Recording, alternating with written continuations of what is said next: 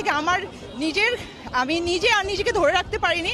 আমি আমার 2টা ছোট ছোট বাচ্চাকে বাসায় রেখে আমি এখানে চলে এসেছি এবং আমি জানি না হয়তো বা আমি এখান থেকে কিভাবে যাব বা সামনে কি হবে, তবে এটার বিচার আমি অবশ্যই কামনা করি। আর কিছুদিন দেশে এরকম ছাত্রদের উপরে, ছাত্র তো জাতির মেরুদণ্ড, এই জায়গা থেকে আমি মনে করি যে আমাদের দেশে এটার একটা বিচার হওয়া দরকার।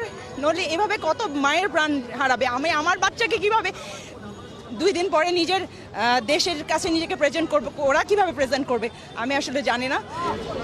এইটুকুই, আর কিছু না। বাচ্চাদের কি শেখাবেন আপনি, কি বলবেন তাদেরকে?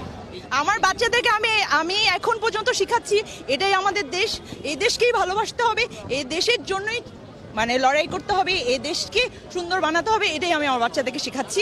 এটা বলেই আমি ওদেরকে বিদেশ থেকে নিয়ে এসেছি এবং এটা বলেই আমি ওদেরকে সামনে এগিয়ে নিয়ে যেতে চাই এখন পর্যন্ত। এই জন্যই